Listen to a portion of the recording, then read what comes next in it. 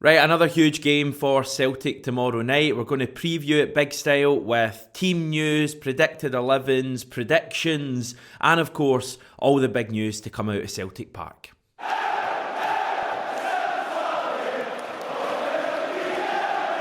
Before we get into all of the juicy stuff, the last week was absolutely manic on the channel. I think Celtic might have had something to do with that, but it was a record-breaking week for us in terms of views. If you actually look at our most viewed videos, I think like 2 or 3 of the top 10 were actually in the last week. So thanks for that. We've had about 1,000 new subscribers on the channel, which is just crazy. And that's in the last week alone. So hello if you're a new sub. Say hi in the comments below. And yeah, we're now on the cusp of 26,000 subscribers. We could actually possibly do it by kick-off tomorrow night. And if we manage to do that, I think Georgios Giakoumakis might score a hat-trick. Should probably have learned my lesson there. But anyway, we're going to move on. Callum McGregor was on media duties today, ahead of the game tomorrow night against Aberdeen. And surprise, surprise, he was asked about those comments made by Kris Boyd last week. Now, McGregor actually revealed that the former Kilmarnock and Rangers striker had actually reached out to him and spoken to him since making the comments. McGregor said, "When you read it at first, it doesn't make great reading. I think everybody can see that. You look at the comments and think, that's not great. But since then, he has reached out, we've had a chat about it, and we'll move on. What was said will stay between me and him, but we'll move on. We want to concentrate on the football. He's realised it's a poor choice of words in that sense, and we put it to bed now." McGregor has been absolutely brilliant since returning from his really bad facial injury sustained against Alloa, so it's no surprise at all that he's wanting to concentrate on the football, both from his own point of view and from Celtic's point of view, because the team is playing too well at the moment to have kind of outside distractions going on. McGregor, for me, has shown all of his captain credentials over the last week or so, putting himself forward right in the firing line to play against Rangers with a protective mask and at Fir Park at the weekend as well. And not just being there, but actually playing so well in both games. He's controlled both games from the middle of the park. I thought that first half performance on Sunday from McGregor was just brilliant. Some of his one-touch passing with Hatate and Rogic and out to the right-hand side was a joy to watch.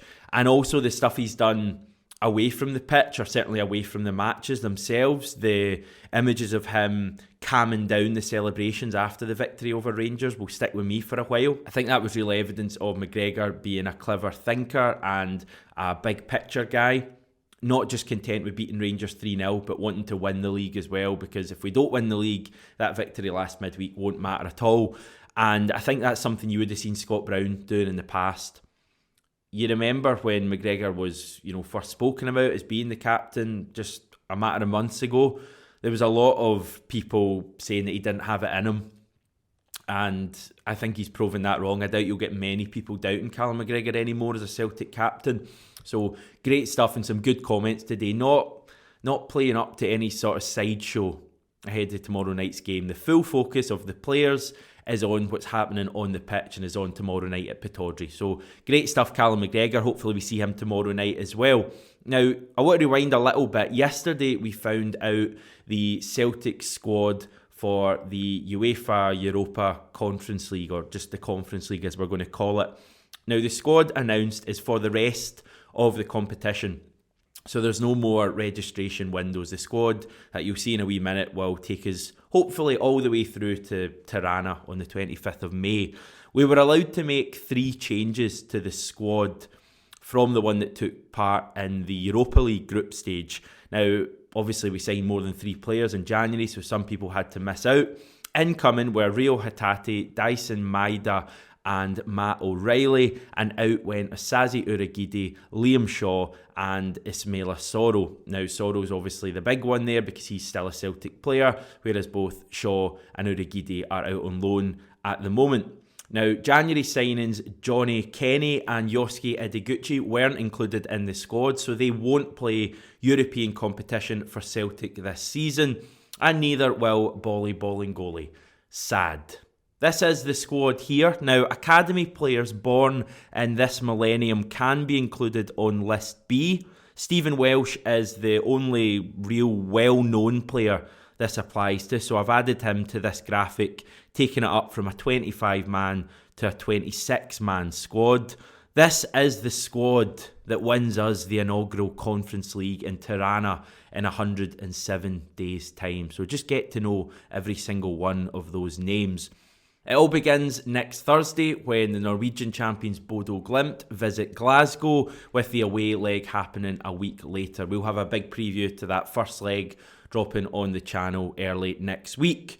Now, Leigh Griffiths, some say that he blows hot and cold. Well, he's found his new club and he's had to go all the way down to League One in Scotland to 6th placed Falkirk. He could actually make his debut in tonight's derby against Alloa Athletic. It is a derby, isn't it? Falkirk and Alloa are relatively close. Now, Celtic last night posted another exclusive sit-down with the manager Ange Postecoglou. They spent a good chunk of it chatting about the good feeling inside the Celtic camp right now. Ange was keen to point out that it's not a case of Celtic maintaining what they have right now, that we have to keep building. This is building. We need to keep going forward. We can't just look to keep up what we've been doing in recent weeks tomorrow night at Pittodrie. We need to try and find a new level of performance. And that's obviously really positive from a Celtic fan's point of view. He also, at the end, delivered a bit of a squad update. The aforementioned Yosuke Ideguchi is back training. He won't be available for the game tomorrow night at Pittodrie, but should be back for Wraith Rovers at the weekend. The longer-term injuries, David Turnbull and Kyogo, are both continuing their rehab. Ange actually revealed today that Turnbull is 2 or 3 weeks ahead of Kyogo. So that's kind of good news in a way, and also bad news because Kyogo still seems to be a good bit away from making a return. The good news is that everybody came through the weekend game against Motherwell unscathed and are fine for tomorrow night.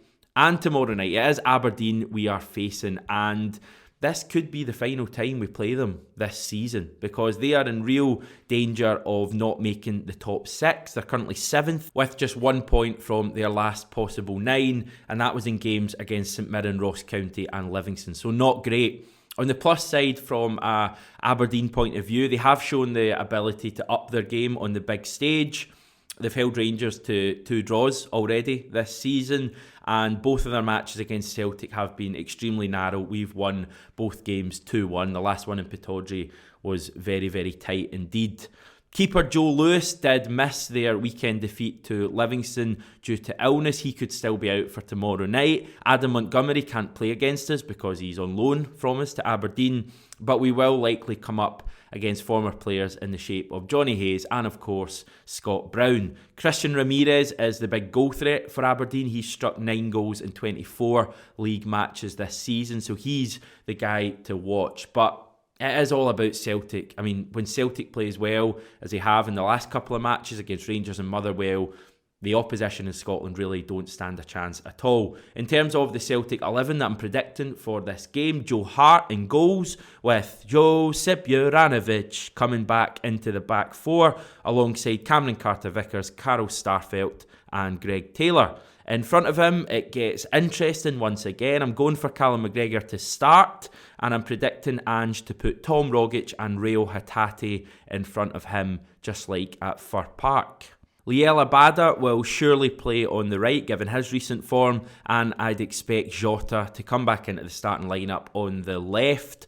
I'm swithering between GG and Maida up front, so God knows how Ange feels. I'm just doing a wee daft graphic. I've gone for GG, as you can see, with Maida coming off the bench alongside the likes of James Forrest and Matt O'Reilly as well. I'm looking forward to it. Midweek games against Aberdeen are pretty much always tasty. We've got a decent record. We've dished out a few hammerings in midweek. I remember one under Brendan Rodgers, I think in his second season, when we went up to Pittodrie with a good bit of pressure on us and put in a great performance to win 3-0. So something like that would be ideal tomorrow night. The game is not on Sky Sports. You may be well aware of that by now. Aberdeen are doing a pay-per-view priced at £13.99, which is probably about as much as I would pay to watch Aberdeen play any game of football, to be honest. I'm expecting Celtic to win this by a few goals. My official prediction is Aberdeen 0, Celtic 3. I think we'll see a continuation of the free-flowing football that we've seen in recent weeks from Ange Postecoglou's men. And of course we will have the match reaction for you shortly after full time tomorrow. Right, I think that's us for today.